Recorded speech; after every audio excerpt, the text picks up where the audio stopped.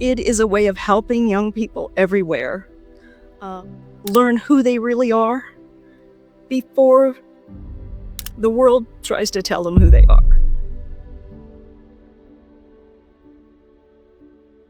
Our kids are not going to become what we tell them to become or what we suggest that they become. They're going to become what they consistently see modeled. Cristy is a Maxwell leadership coach. She is host of Live to Lead Dayton. She's a member of our Dayton iLead advisory team and a major gift fundraising consultant. One organization was never meant to carry the entire responsibility of raising the next generation. No school can do it alone. No parent can do it alone. No church has the sole responsibility. No business, no coach. But together, when we all support and we all play the role that we have, that's when something incredible happens.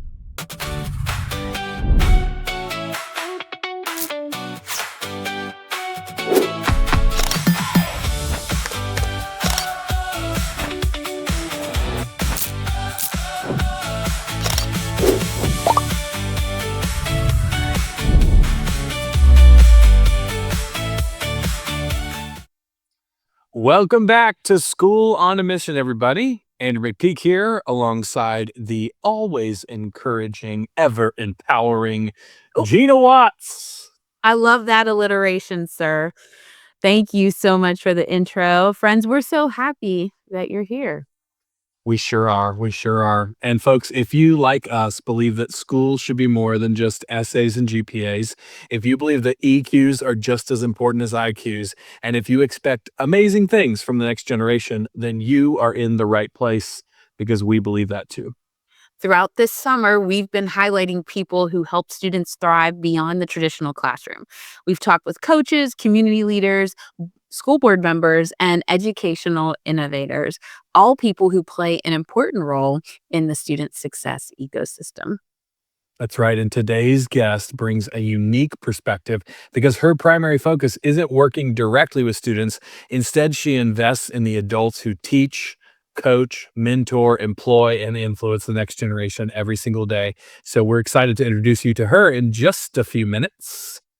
But before we jump in, let's dive into our question of the day. Are you ready, Mr. McPeak? I hope so. Today's question is, who is someone that invested in you as a leader? So specifically thinking about you becoming a leader, serving as a leader. Maybe it was a coach, a supervisor, a mentor, a teacher, a pastor, someone who helped you grow. Who would that be for you, dear? Well, Gina, I've had a lot of people who have poured into my life. Indeed. It's quite a long list. And in a lot of ways, I feel like I wouldn't be here today without those folks. And that's probably there's no one for whom that's more true than Dr. Tim Elmore. He's the one that came to mind today.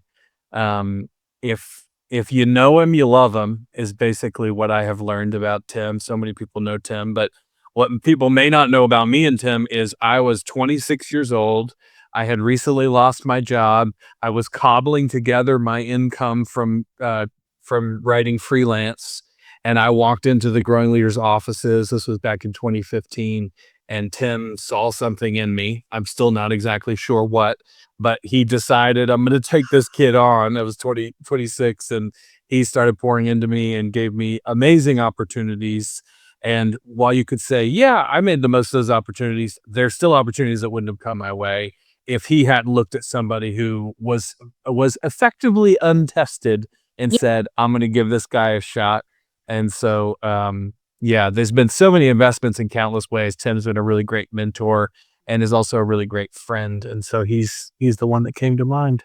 That's so awesome, Andrew. And I know there might be some of you even listening to this and thinking the relationship that you might even have had with Tim from afar or up close. I know my relationship with Tim started from afar, and it was life-changing as well. Yeah. And I thought of Tim as somebody who poured into me as a leader, but yeah, who's yours?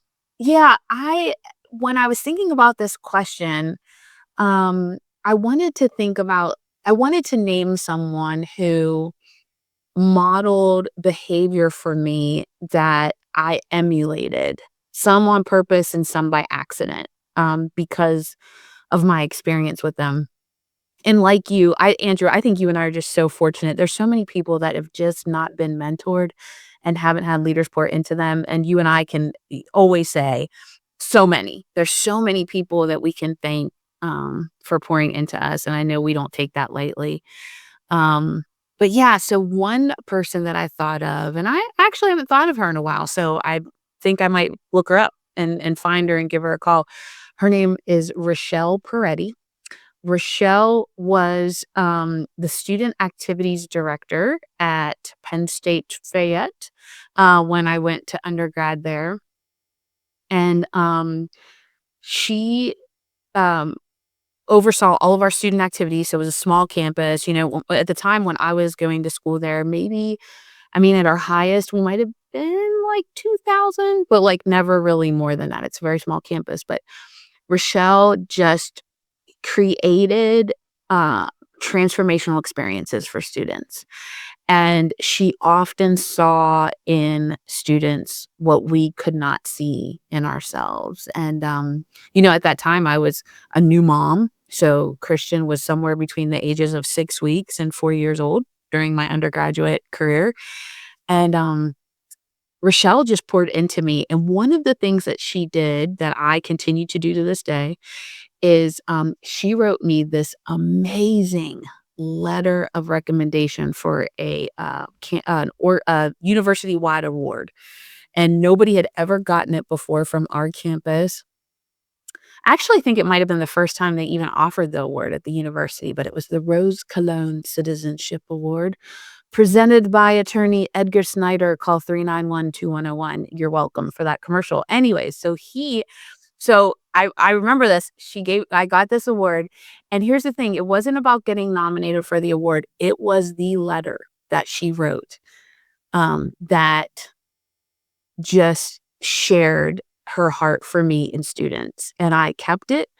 I framed it, and it actually was the way that I write from then on. That's how I communicate about people in my life and write letters of recommendation for them. People always compliment me on that. And I was like, Rochelle Peretti.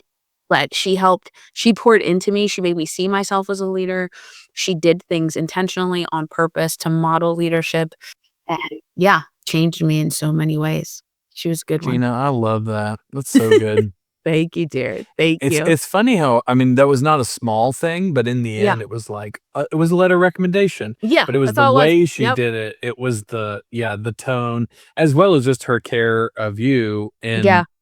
we sit on this podcast a lot and we talk about investing in students. Obviously, we believe in that, right? That's Mhm. huge. But the reality is that every great leader, those of us who do invest in students, which is all the people who are listening to this podcast right now, they usually have someone who invested in them first, Yep. right? Yep. Like every leadership conversation is ultimately like a great chain of leadership conversation. And what's great about that is that's a perfect setup for where we're going today in this I love episode. it. I love it. So, are we ready to introduce our friend? Let's do it. All right. Today we're joined by Cristy Kettering. Cristy is a Maxwell leadership coach. She is host of Live to Lead Dayton. She's a member of our Dayton iLead advisory team and a major gift fundraising consultant. Cristy brings decades of experience in Christian education, leadership development, nonprofit consulting, fundraising, business ownership, and coaching. She works with organizations throughout Ohio and across the country, helping leaders expand their capacity, strengthen their organizations, and increase their impact. And one of the things that stood out to us is that Cristy describes herself as a connector, an activator, an encourager, and a coach. She spends her time investing in businesses, nonprofits, faith-based sectors, and in educational leaders who, in turn, influence the next generation. So it's a wonderful reminder to us that sometimes the greatest impact on students begins by investing in the adults who are around them. So, Cristy, we are so excited that you're here. Welcome to School on a Mission. Thank you. I'm so excited to be here with you guys and honored Yay. that you would Yay. invite Awesome. me. Really, seriously. Thank you. Well, we've got a couple of questions to throw your way. And so here's where I want to start. Christy, you've spent much of your career developing adults who then go on to lead other people. So, what first convinced you that investing in leaders could ultimately change the lives of students? Mm, that's a good question.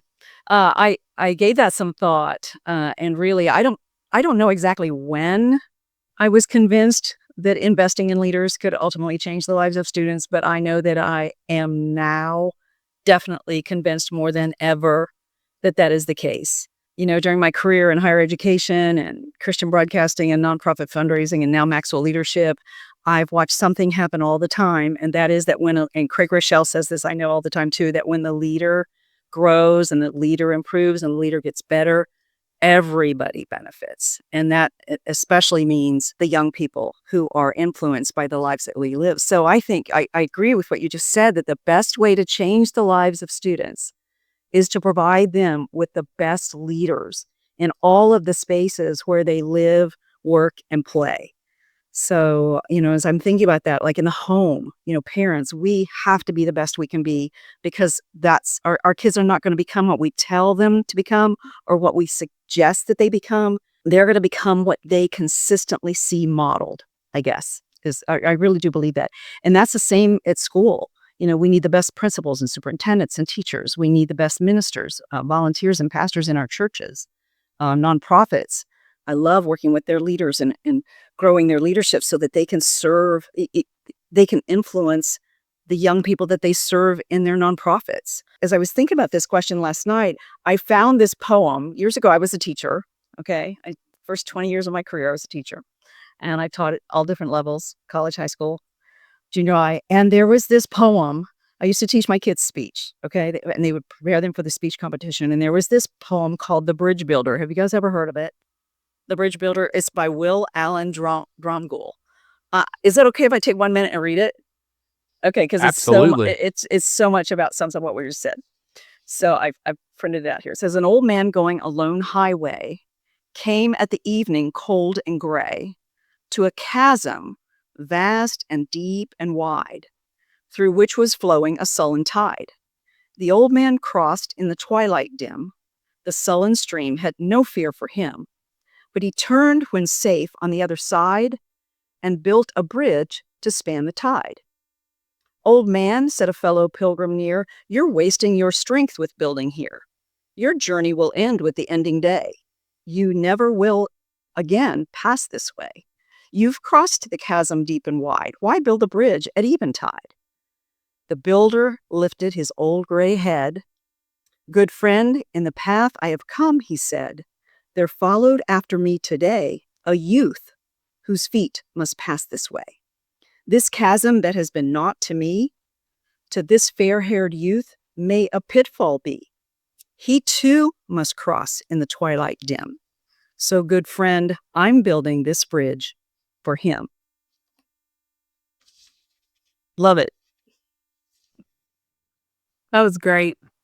That was wonderful. I love that. Now that's going to be one of my poems I refer to often. There's nothing like a good poem. It I know. summarizes um how you think, how you lead, and honestly kind of the legacy you want to leave behind. That's actually what I was hearing as you shared that, Christy. Mm. You often describe yourself as a connector and an activator and an encourager and a coach, and I personally have benefited from you doing all of those things, all four of them. Even just Friday, you did that for me and serving people incredibly well. um as you've worked with leaders across education and nonprofits and business and faith communities, what qualities have you found in these folks that make the greatest difference when someone is influencing the next generation? Um, I think that those that make the greatest difference are not necessarily always the most intelligent or the most accomplished, but they are people who are compassionate, that really Mm, do genuinely care, And I think that's where the difference begins, is do they really care? Are they really, or are they, trying to make a name for themselves by what they're accomplishing or communicating?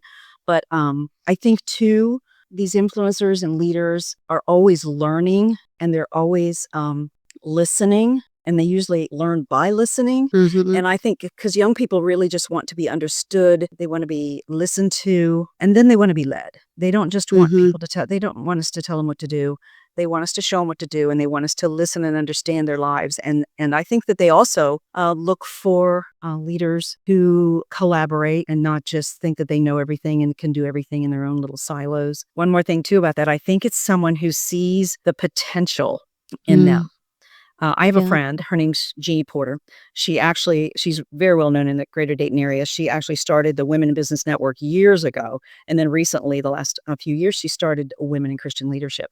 She has this incredible ability to see things in people that they don't see in themselves. And she will call this out. And I can't tell you how many times I have heard her look somebody in the face and say, "You can do this," or "I see you in this role," or "You've got the personality and the ability to do this." And so I think young people need us to do more of that. Not just, adults still do.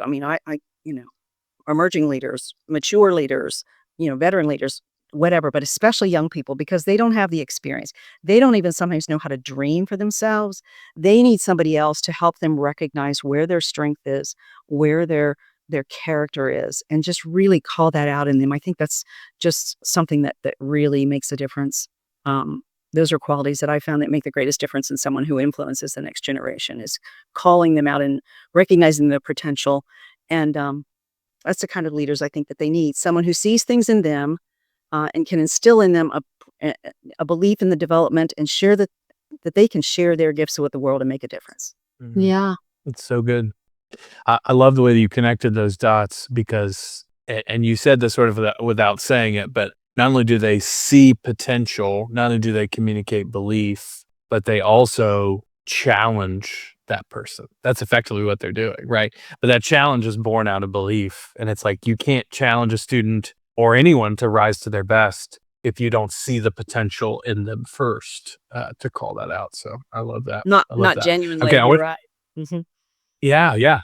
Okay, I want to give us another question here because I think you're uniquely positioned to speak into a reality that a lot of the leaders that are probably listening to this podcast, they've kind of come, their vision is starting to get wider. Okay, so one of the themes for our series this summer has been that helping students thrive is not just a school responsibility. It's not just a school reality. It takes an entire community, right? And as a teacher is moving up to administrator levels, suddenly they start to get that view of like, it's not really just about what happens in the classroom or the scope and sequence of the school year or any of those kinds of things. It is so much about how is the community investing in.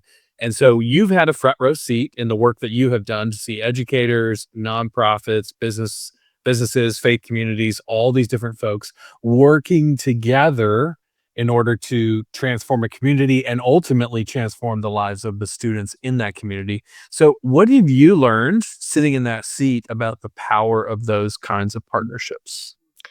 Simply that one organization was never meant to carry the entire responsibility of raising the next generation. No school can do it alone. No parent can do it alone.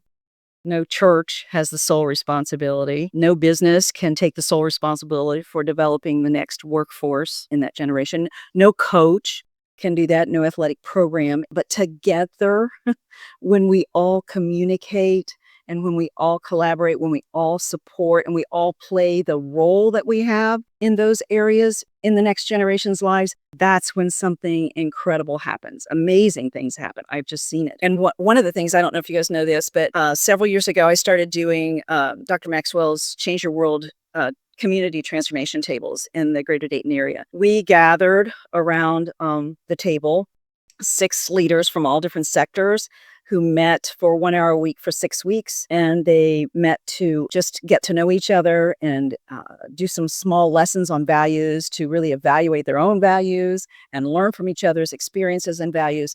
And when I did that, I mean, again, we had businessmen, we had healthcare administrators, we had coaches, ministry leaders, pastors. It was incredible. And that's when I realized that when they started participating in these tables, then they also did start collaborating and doing joint work together, or making referrals to each other, and it was just it was so neat to see the connection happen. And because sometimes the nonprofit has the relationship that this business is looking for, or sometimes the church has the volunteers that the nonprofit's looking for, and all of this collaboration affects the next generation. So I think when we stop asking whose job is it to train these kids and get this next generation ready, and start saying, how can we all come together to do this? It will get done then. And it's so exciting to see that. I'm so proud of the greater Dayton area, and proud of you guys for the work that you do in doing transformation tables with the youth. I mean, that's what excites me. It's about I too. I know we'll talk about that later maybe, but I recently convened when Gina, you and Kevin were in town, educators, businessmen and women, ministry leaders, law enforcement. There was a city official there, a mayor. It's just exciting to begin these discussions to see how we can do more specific work together to grow the next generation of leaders, because they're counting on us. It's our job. It's so good, Cristy. Thank you. Thank you, Cristy. And friends, as you're listening to this conversation with Cristy and you're like, hey, I had never thought that I could be somebody that's for the next generation, or I never thought about how I could use my influence to serve locally.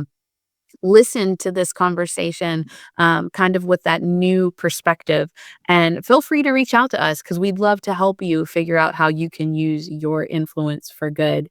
We're going to pause right here and take a quick commercial break. All right, so we have something we are so excited to share with you as we've listened to the incredible stories of educators and coaches, administrators, and community leaders over the past few seasons. One thing has become really clear. The impact that they make isn't just because of what they know, it's because of who they are. That's why we're planning something special for the next season of School on a Mission. We will focus on the values that shape transformational leaders, values like choices and growth, attitude, commitment, and forgiveness. And instead of simply talking about those values, we want to introduce you to people who are living them every day. And here's where we would love your help. Do you know a teacher?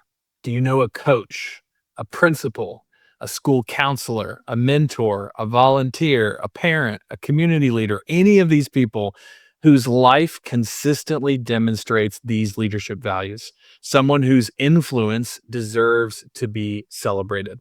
We would love to hear their story. So we've opened nominations, and we'd love for you to recommend someone who has made a difference in your life or in the lives of the students you lead.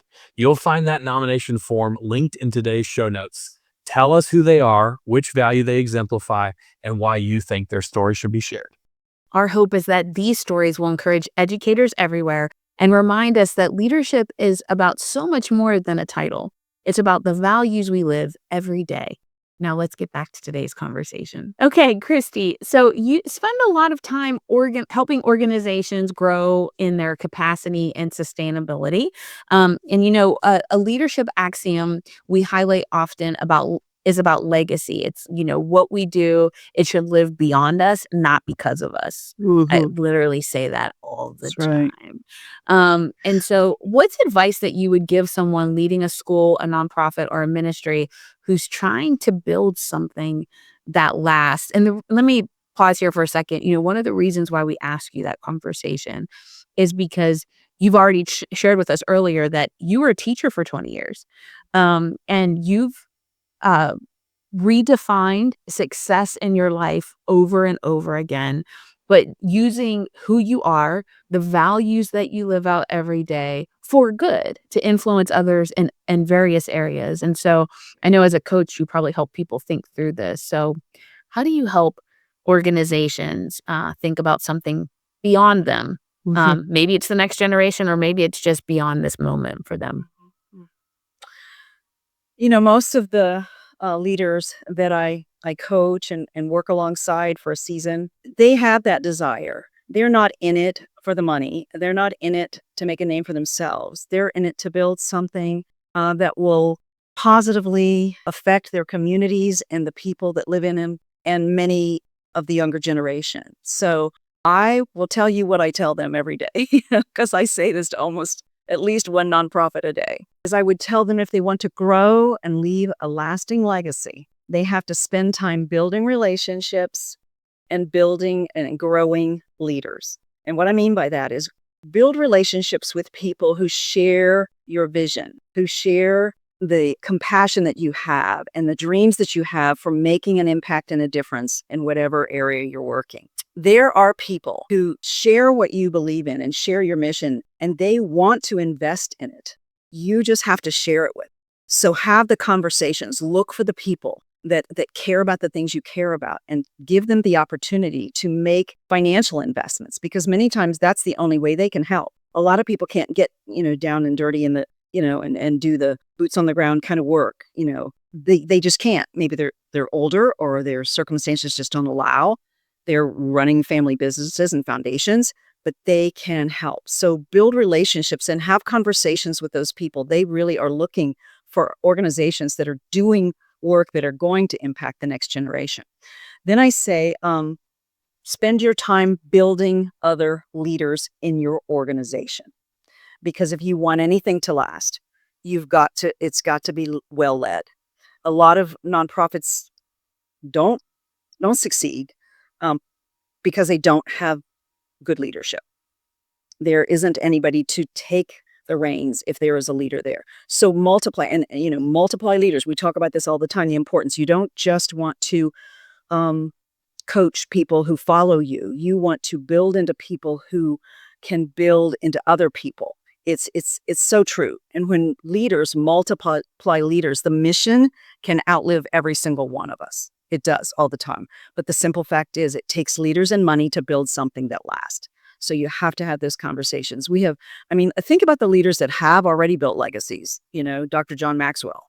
And he's all about building leaders, oh my gosh, all the ministry leaders that we know of, all the business leaders we know of, they understand that it takes money and it takes leadership to really make a difference. And so I would say build leaders and build relationships. That's just the way that the world works. So good. So good. Well, one of the things I'm always conscious of as we record our podcast is who is listening on the other side. So right now you've got educational leaders who are maybe thinking about the school year as it kind of hits them full in the face, right? That's kind of the season that we're in. And as you think about those leaders and they're thinking about how am I investing in the people around me, I want to pose a question to you about fulfillment. So you said your greatest joy is helping leaders grow personally and professionally, which is what many of the leaders who are listening to this podcast are doing, and maybe know, man, I need to do that better. Cristy's reminding me today. But I also want you to talk about where you get your fulfillment from. So like when you look back over the many leaders who you've coached and developed and invested in, what gives you the greatest sense of fulfillment in that journey, and how can that pass on to the people who are listening to this?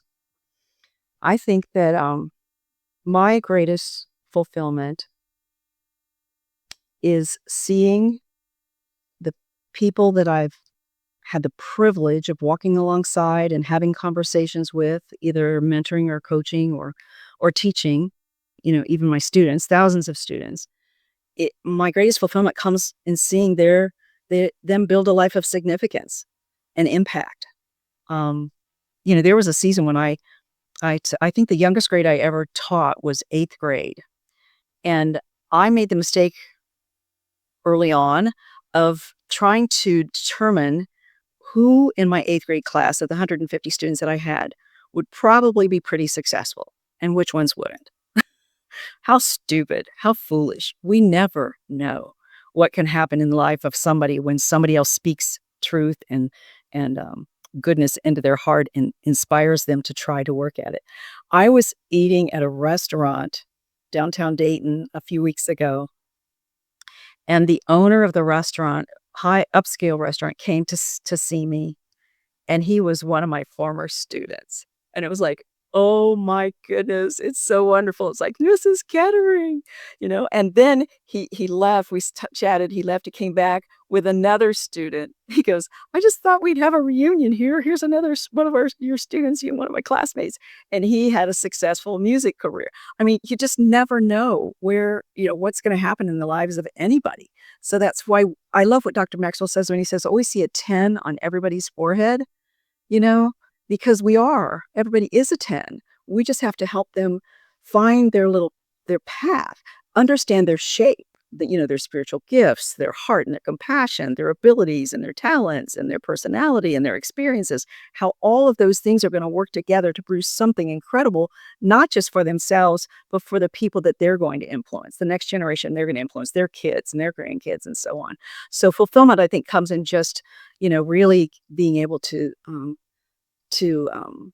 pour into somebody that then turns around and finds their path and makes a difference in the world. And teachers, oh my goodness. I never would have gone to college if a teacher hadn't looked at me and said, "You can go to college."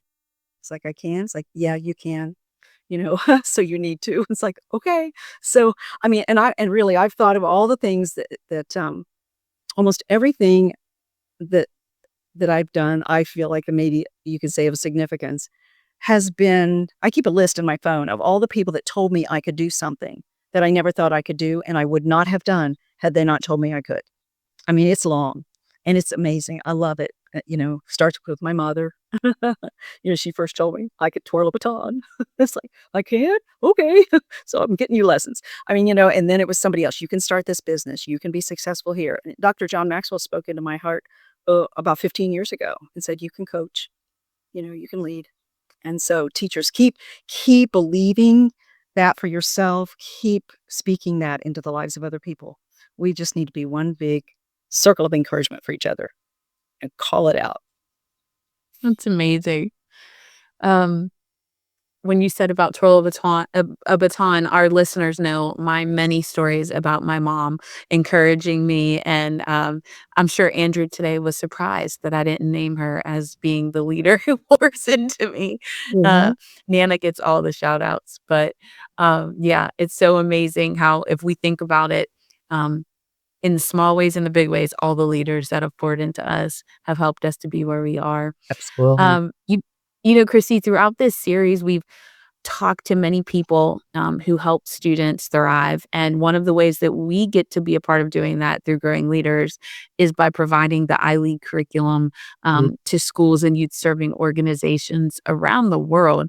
Um, and so we have the privilege of partnering with you and local leaders in the Dayton, Ohio area Mhm. to implement iLead. Can you tell us a little bit just about why you're passionate about iLead and what you've maybe seen and witnessed that's happened so far in the Dayton community and maybe what you're hoping for the future?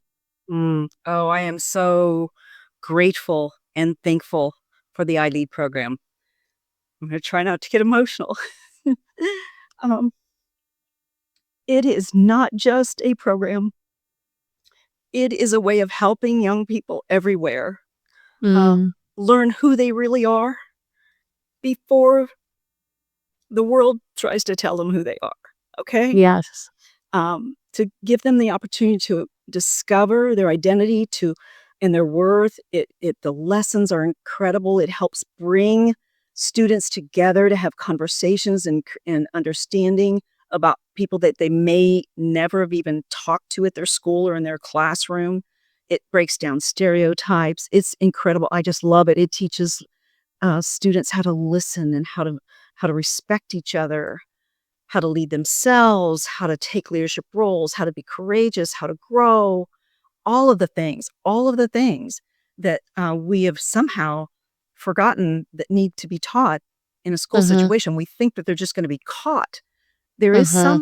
some aspect of that, but when you get Uh-huh. intentional with a student and give them the opportunity to really think and reflect again and learn from other students at the table, it changes. It's just life-changing. I think I first heard about iLead when I was doing a country transformation trip with Dr. Maxwell. It might have been in Paraguay, or maybe it was one of the later ones. But I learned that even these vulnerable children in Africa, I know it was John Griffin that mentioned one time just how transformative the program has been in the lives of vulnerable children in that country. And it's like my prayer and my hope is that every single student in Ohio gets the opportunity to sit at a table and participate in the iLead program. Yes. I love that this program is so flexible and it can be used in lots of different settings. But I also love that the intentionality of trying to get it where most of the next generation of students are, and that's in the public schools. So I'm just, I'm cheering you on. I'm going to gather as many champions here in the Dayton area so that we can really do whatever it takes to fund and support the iLead program in the public schools, especially here in Southwest Ohio. So amazing, Cristy. I as you were talking, I was just thinking again about your story and about the way you use your influence to open doors, to see transformation happen. And friends, earlier she shared with us that one of the things that she's was able to do was host transformation tables for adults. And basically, what happens is adults are doing basically iLead for adults, right? They're talking about values and they're sitting around the table and they're having a conversation. And Cristy saw that and said, I wonder if we did this for young people, just how much further along those young people could be as they become adults, right? Because she was seeing it happen with adults. I think sometimes we wait for somebody else to do a thing. And she wasn't in a school currently teaching. She wasn't running a youth program.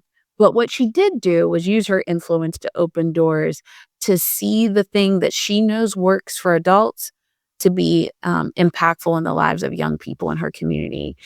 She was planting seeds of transformation and has served really well in doing so. So, yeah, thank you. Thank you, Cristy. Yeah. Can I just say too, just quickly, Yeah. I think we also have our transformation tables going on in a local prison. And there are men that are incarcerated there are acting as facilitators. And I got a call from the gal that runs those programs the other day, and she was just saying they're starting them up again, and it's just incredible. And the testimonies from the incarcerated men from that facility will just wreck you. But it reminded me of that statement. It's something about it's easier to build boys than it is to repair men, or something like that. And I'm thinking, let's don't wait until people are adults to help them discover their true identity and get on the right track, because it can be done at any age, at any level. But it's true, Gina. The earlier we reach the next generation, the more stable the communities and the less painful life will be for everybody, really. So good. Before I hand it over to Andrew, that is actually one of my favorite quotes ever from Frederick Douglass. It's easier to build strong children than to repair broken men. Thank you. I love it. I know I didn't have it right, but I got the concept. No, you did. You did. You had it. So good. Cristy, you've been incredible. Thank you so much for sharing your wisdom with us today. You guys. It's just been so encouraging to hear your mindset and how you investing, even just in one leader, we know you're investing in hundreds of thousands of leaders, how that spreads impact to hundreds and thousands of other people, including young people. So we're just so encouraged by all the things that you've shared with us today. Thank you. Indeed. I just love you guys. I love what you do, and God bless you. Thank you, Cristy. Throughout this conversation, we've been reminded that supporting the next generation isn't only about working directly with students. Sometimes one of the greatest investments we can make is equipping the adults who influence them every day. Absolutely. And that brings us to our final segment. It is time for DMI. DMI, of course, stands for Don't Miss It. Both Gina and I will highlight the one thing from today's conversation that we don't think you should miss. We are both nerds at heart, and so we are always taking notes. I know I'm surrounded by stickies, and begrudgingly, Gina, I'm going to let you go first. I And hear know. you But you steal already know mine. which one I'm going to say. You already I know do. what my That's why I DMI is. prepped multiple, because I want to see where you go. One time we should do just guess the DMI of the other person and just to spice it up a little bit. Okay, so the DMI that Andrew knows I'm going to share is when Cristy was sharing with us that it's serving the next generation, empowering the next generation is bigger than one organization, one one school, one church. It is a community effort altogether, and that is literally my life mantra. I was on a meeting today, talking to I was trying to decide if I was going to say who it was with, but it was a deputy director of a state department of education who oversees the professional development for the entire state's educators. And they would like Andrew and I to work with them to build out their professional development training. So if you're listening and you're like, hey, I didn't know you guys did that, I'd like to be entertained by Andrew and Gina. We do that. You know And you we actually can. learn stuff that passes qualifications.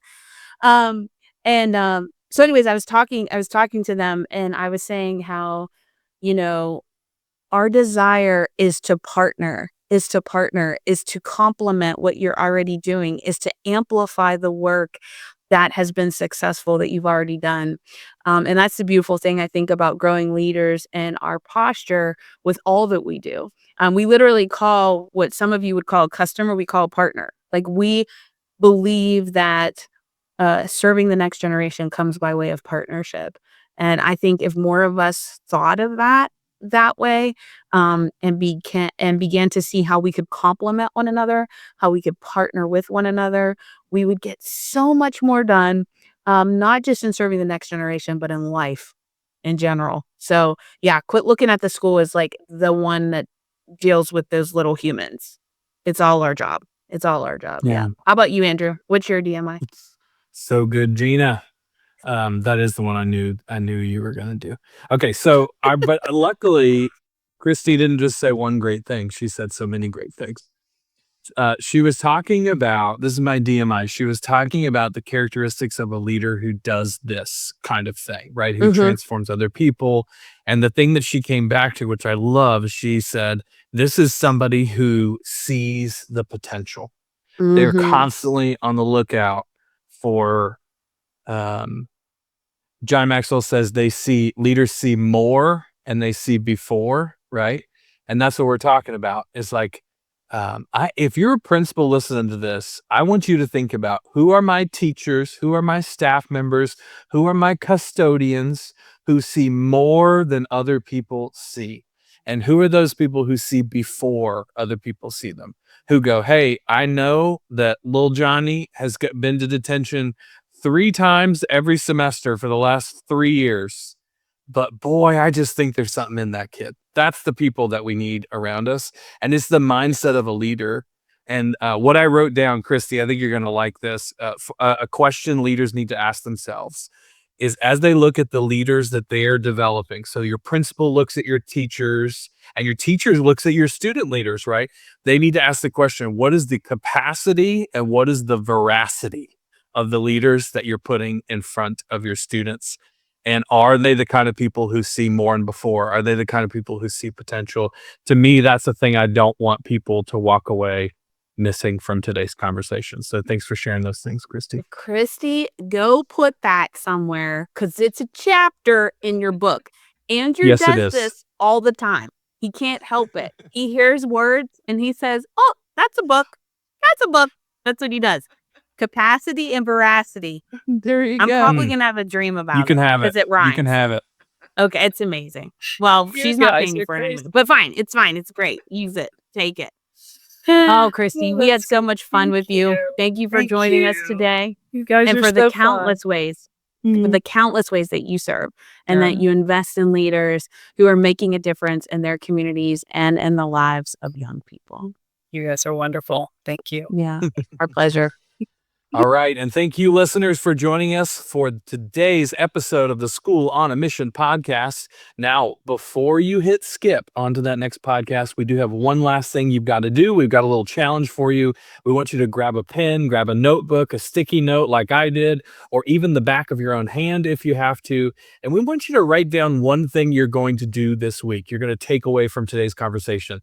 Maybe it's something you're going to do. It's a task you want to take on. Maybe it's an idea you need to investigate. You want to go look up the Bridge Builder poem and figure out, where am I going to use this, right? Maybe it's something you want to read more about, or it's a person that you want to meet with. Whatever it is, write it down. Got it? Perfect. Now we want you to shoot us a DM with your action step. We cannot wait to see the amazing things that you guys are up to. And don't forget to check out the resources we've linked in today's show notes, including the nomination form to recommend guests for our upcoming season. Absolutely. All right, folks, that wraps up today's episode. Until next time, stay curious, stay bold, and keep leading your school on a mission.